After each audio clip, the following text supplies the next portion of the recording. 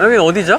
일산의 학원가를 대표하는 곳이죠. 뒤에 엄청 많습니다, 학원가가. 네. 그래서 여기 뒤에 지금 학원가를 보시면 지금 네. 화면에는 잘 안 보일 수가 있는데 안양 학원가, 평촌 학원가랑 비교해서 보면 좀 차이점이 있어요. 느낌이 다르긴 해요. 네. 일산이랑 똑같이 평촌은 이렇게 쫙 양쪽에 큰 대형 빌딩들을 쫙 길게 있는 거 맞는데 안양이 조금 더 높아, 건물이. 맞아요. 건물이 조금 더 높고 그리고 학원가가 더 빼곡하다는 느낌이 있어요. 여기는 뭐 약간 치킨집, 무슨 커피숍, 뭐 병원. 와플 뭐 이런 것들이 막 섞여가지고 병원이나 이런 것들이 좀 많이 섞여서 학원가의 위용이라고 하면 평촌이 조금 더 밀도 있게 학원가 있다라는 좀 느낌이 들어요. 그래도 일산의 학원가랑 평촌의 학원가는 이제 메인으로 보니까 그거는 좀 비교해서 보시면 좋을 것 같고 학원가를 끼고 양쪽으로 되어 있는 단지들이 메리트 있는 단지들이라고 볼 수 있겠죠. 그리고 특히나 여기 일산 후곡 쪽에 8단지, 9단지 이쪽에는 학군. 여기 일산에서는 오마 학군을 갈 수 있냐 없냐가 단지의 가격을 결정을 해요. 그 학교에 배정된다. 몇 천만 원 더 비싸고 거기 배정 못 받는다. 그럼 몇 천만 원 싼 거예요. 그 학교가 좋은가 보죠? 그러니까 내가 일산에 이제 거주를 하려고 이제 이사를 한다. 그러면은 오마 학군을 먼저 와요. 그런 다음에 거기 배정받을 수 있는 단지들을 알아보고 가격대가 너무 비싸다. 그러면 학원가를 이용할 수 있는데 오마중은 아닌 그런 단지들을 다 찾아가지고 퍼져나가는 거죠. 어디 가나 이제 엄마들이 이사를 하게 되면 학군과 이제 출퇴근 이런 거를 생각을 하게 되는데 이제 그런 걸 봤을 때 여기 학원가를 도보로 이용할 수 있냐 없냐가 좀 차이가 나겠죠. 여기서 선호하는 학교를 갈 수 있냐 없냐에 따라서 5천만 원 이상씩 차이가 나기도 해요. 근데 좀 여기 지금 현재 흐름의 특징은 지금은 1도 매수세가 없다. 일기 신도시 뭐 노후계획도시 특별법 나왔는데도 1도 없다. 대신에 가격도 안 떨어진다. 뭐 급하지 않다. 그래서 여기 일기 신도시 안에는 가격이 지금 움직이지 않고 그냥 전월세만 활발하게 거래를 하고 특히 일산의 특징은 작년 하반기부터 전세가 좀 거래가 됐어요. 그래서 한두 건씩 나가기 시작하면서 그게 꾸준히 이어져서 오히려 학군 수요가 여기에 너무 딱 명확하기 때문에 11월, 12월, 12월까지는 계약을 한 다음에 1월, 2월에 이사를 하잖아요. 3월 전에 이사를 해야 되니까. 그러니까 1월 정도 되니까 어때요? 3, 4개월 넘어가니까 이제 학군 수요가 끊기는 시즌이잖아요. 그래서 오히려 12월 달까지는 전세 호가가 잘 나가다가 오히려 1월 달 돼서는 전세 가격을 전세를 조금 가격을 낮춰서 빼는 사례들이 조금 생기기 시작했어요. 그래서 오히려 지금은 학군 수요가 너무 명확하기 때문에 3월 이 시즌, 학군에 이동하는 시즌이 지나면 오히려 전월세 거래도 안 되고 매매 거래도 안 되는 게 특징적으로 나타나는 구역이 요 구역이라고 생각을 하시면 돼요. 또 여기 주염역이나 대화역 인근에 있었던 중대형 평형 있잖아요. 그리고 20평대도 있는데 거기보다는 여기가 후곡 학원가를 사이에 둔 데가 가성비가 훨씬 좋아요. 왜냐하면 전세가가 여기가 더 높거든. 역 근처보다 오히려 이쪽이 전세가 높아서 솔직히 투자자들이 일산을 찾아온다. 그리고 20평대, 30평대를 본다. 그럼 가성비와 이 학군의 안정성 때문에 전세를 놓기 편하니까 그런 면에서 여기로 오는데 사실 지금 여기에 투자를 한다? 조금 오래 걸릴 수 있고 문제는 같은 일기 신도시인데 갭이 비슷해. 근데 굳이? 어떤 느낌인지 알겠죠? 그리고 뭐 분당이랑 평촌이랑 이런 애들 먼저 움직이고 있는데 일산을 굳이? 먼저? 그 가격에? 그러다 보니까 아무래도 일산의 흐름이 좀 빠르게 나타나지 않는 모습이 있어요. 너무 솔직했나? 그런 부분을 생각하셔서 내가 일산에 거주를 하고 있다라고 하면 지금 가격이 떨어졌을 때 좀 메리트 있다라고 하면 보는 건데 투자 관점에서는 약간 고민을 하게 되는 거지. 아니다. 지금은 조금 아니다, 지금. 그냥 같은 갭이니까. 같은 갭이면 분당이나 이런 쪽으로 가고 싶지 여기를 오고 싶지는 않을 거란 말이에요. 그리고 얘네들의 호재는 교통호재랑 저기 킨텍스 호재가 있는데 걔네는 시간이 너무 오래 걸릴 거라는 거지. 그리고 부동산 시장이 지금 당장 막 좋아져서 이렇게 갈 거가 아니기 때문에 잔잔하게 간다고 했을지라도 호재도 잔잔하게 계속 오래 기다려야 돼. 그럼 잔잔하게 이게 끝나서 그 마무리될 때쯤에 들어가도 되는데 굳이 여기를 먼저 온다 이거는 조금 애매할 수 있다. 지금 분당, 평촌, 안양을 갈 건데 그 학원가를 비교해보는 관점에서 요거를 알고 계시면 좋을 것 같아서 이렇게 챙겨보시면 좋을 것 같습니다. 학원가 초입이었네요, 거기가. 네, 아까 시작점이었어요. 네. 이렇게 긴지 몰랐습니다. 그죠? 굉장히 기네요. 근데 막 걸어와서 길게 왔는데 우리 지금 딱 중간에 있는 거예요. 아, 그래 여기가 중간이에요? 어떻게 보면 여기가 딱 중간일 수가 있어요. 그냥 약간 이쪽이 조금 더 길고 이쪽이 좀 덜 남긴 했는데 약간 중간쯤에 와 있다고 보시면 돼요. 그러니까 안양의 평촌학원과랑 다른 게 평촌은 끝에서 봐도 끝이 바로 보이고 빌딩 자체가 높았다고 한다면 일산은 길게 낮게 좀 훨씬 길게 돼 있죠. 그럼 장점이 뭐예요? 학원과로 접근할 수 있는 단지의 수가 많아진다는 거죠.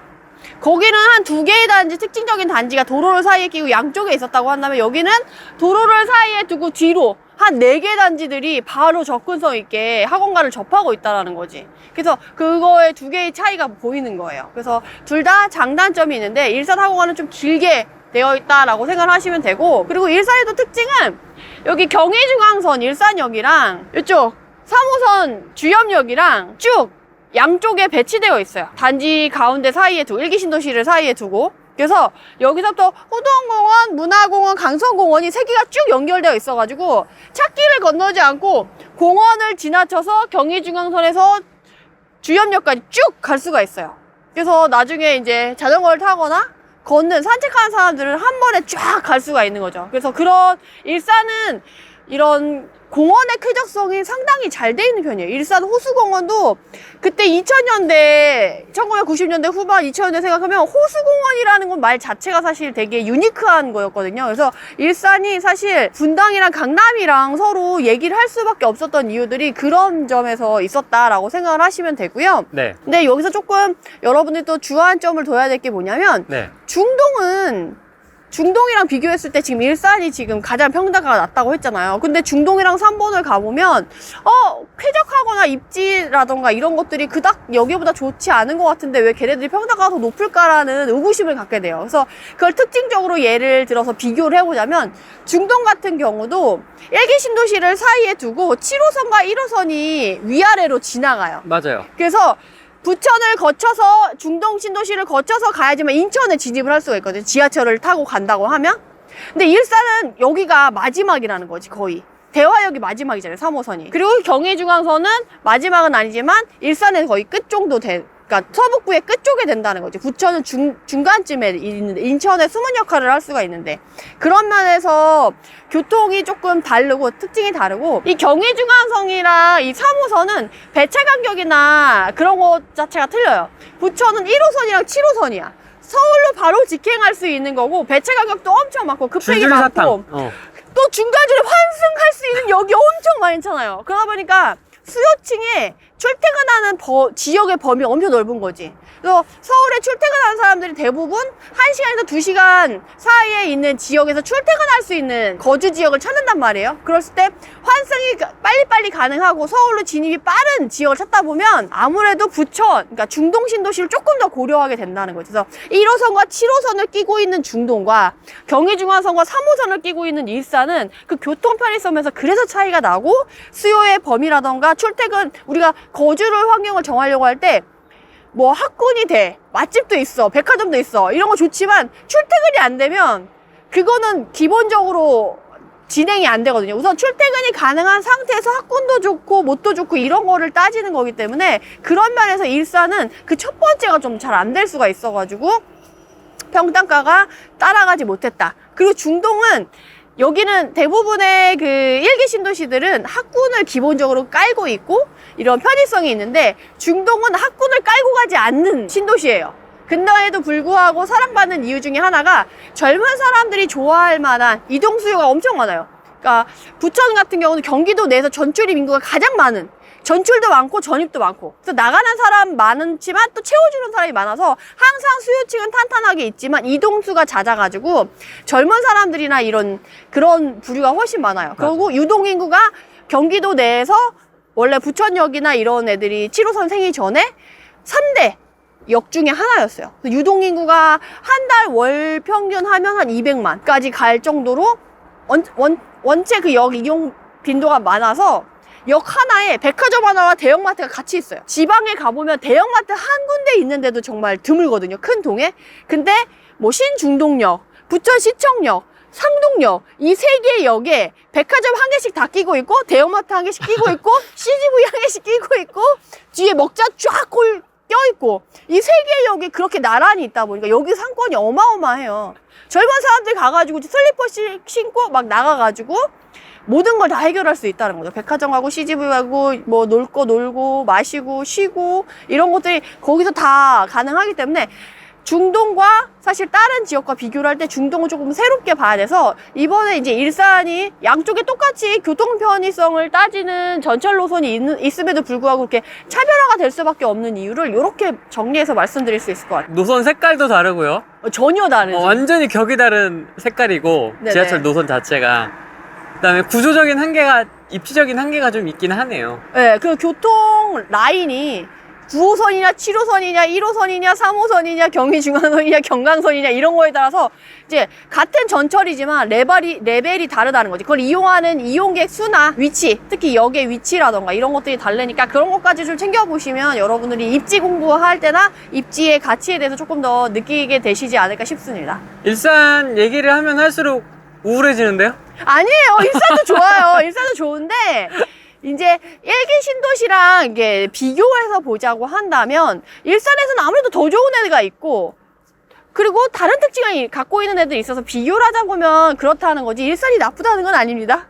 좋네요. 아, 여기가 그 일산에서 핵심 지역이 2개 있다라고 딱 2개만 꼽자. 그러면 후곡학원가와 이 주엽 역세권을 꼽을 수 있을 것 같아요. 예로 들자고 한다면 옆에 우리 아까 대화역 갔다 왔었잖아요. 대화역의 바로 앞에 있는 역세권 성저마을 19평은 3억대. 그리고 여기 주엽역의 문천마을 9단지는 같은 19평인데 5억대거든요. 한 정거장 차이인데 같은 역세권인데 2억이나 차이가 난다는 건 그만큼 입지의 차이가 크다는 거죠. 그래서 여기 지금 아까 우리 대화역도 가고 와봤지만 유동인구가 확실히 다르다는 게 느껴지죠. 그리고 약간 여기 광장 같은 것도 있고 이 상권의 크기 자체가 약간 다르고 이 입지 자체가 다르기 때문에 그거를 사실 화면에는 다 담지 못할 것 같아요. 딱 와봐야지 아 이런 차이가 있구나 라고 그 2억의 갭의 차이를 여러분들이 느끼실 수 있지 않을까 싶어요. 아까 저쪽 초입에서는 그렇게 크게 못 봤는데 딱 이 광장까지 들어와 보니까 굉장히 넓네요. 이 주엽역을 중심으로 양쪽으로 상권이 크게 있는데 그 양쪽 초입보다는 중심에서 이제 에너지나 이런 유동인과 더 이렇게 퍼져나가는 거기 때문에 이 중심에 모든 게 몰려있고 옆으로 갈수록 약간 좀 줄어들잖아요. 그러니까 여러분들도 임장을 하실 때 이 중심에서 퍼져나가는 방식으로 가야지 에너지라던가 입지의 차이를 느낄 수가 있지 외곽에서만 돌다가 그냥 가시면 여기 별로네 하고 가실 수가 있는 거예요. 그래서 여러분들이 똑같이 임장을 하더라도 서로 다르게 느낄 수 있기 때문에 그런 걸 보시면 되고 특히 이 주변의 역세권에 있는 문초마을이랑 강선마을 같은 경우 상당히 선호도가 높은 애들이에요. 그래서 물론 여기 19평 아파트도 있지만 37평에서 48평, 68평까지 대형 평소까지 있어요. 그러다 보니까 여기에는 작년 9월에는 후곡마을 같은 경우 9월에도 가격이 싸지면 충분히 사람들이 매수하는데 메리트 있어 라고 해서 수요가 좀 돌기를 아직 약간 돌기도 했어요. 근데 여기 강선이나 문총 같은 경우는 가격대가 조금 떨어져도 워낙에 여기에 가격대가 워낙 높은 애들이기 때문에 실거주 이외에는 접근하기가 어렵고 또 사람들이 크게 급한 사람들이 없기 때문에 가격도 막 많이 낮추지 않았었어요. 그래서 여기에 작년부터 해가지고 임장을 오면 여길 왜 왔냐 아직 아니다 가격도 너무 비싸다 그리고 실거주 아니면 안 된다라고 해가지고 여기 사장님들 자체도 거의 실거주 마인드로 많이 추천을 하시는 지역이고 그만큼 이제 실거주 하시는 분들의 만족도가 높은 지역이다라고 말씀을 드릴 수가 있을 것 같아요. 투자의 관점에서는 주엽은 어떻습니까?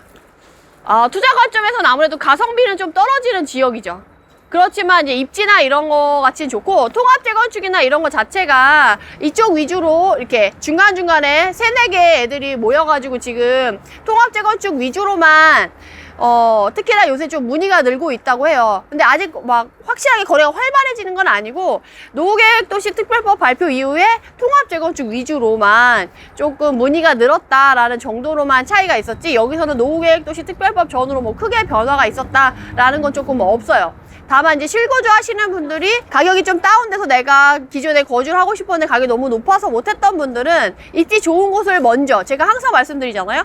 안 좋은 시장에는 제일 좋은 물건을 제일 싸게 살 수 있을 때가 가장 메리트가 있는 거거든요. 오늘 후레이님도 오셔서 아시겠지만 일산이 입지 조건이 그렇게 나쁘지 않아요. 이렇게 교통면만 이제 출퇴근하기가 좀 힘들어서 그렇지 여기 안에서 거주하는 거주 환경은 상당히 좋게 잘 쾌적하게 형성이 되어 있거든요. 그래서 실거주 만족도가 상당히 높은 지역 중에 또 하나이기 때문에 내가 그런 걸 찾고 있다라고 하면 지금 입지 좋은 데를 먼저 챙겨보시는 것도 좋고, 다만 입지 좋은 걸 먼저 찾아볼 때도 여러분들이 좀 주의하셔야 될 건 요새 약간 뭐라고 나오냐면 설한 매물, 장부 매물 이런 단어 들어보셨는지 모르겠어요.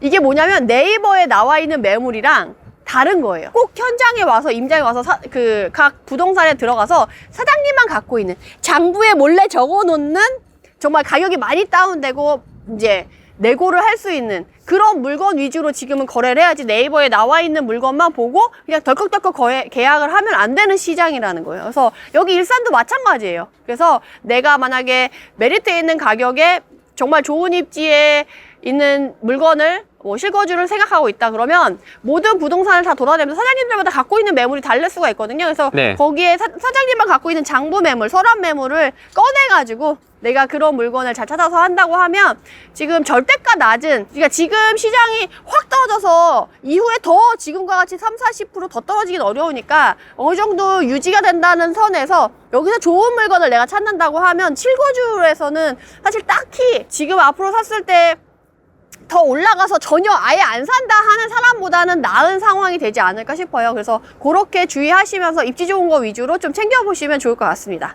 일산 입지 공부할 때 여기는 꼭 한번 와봐야 될 것 같다는 생각이 드네요.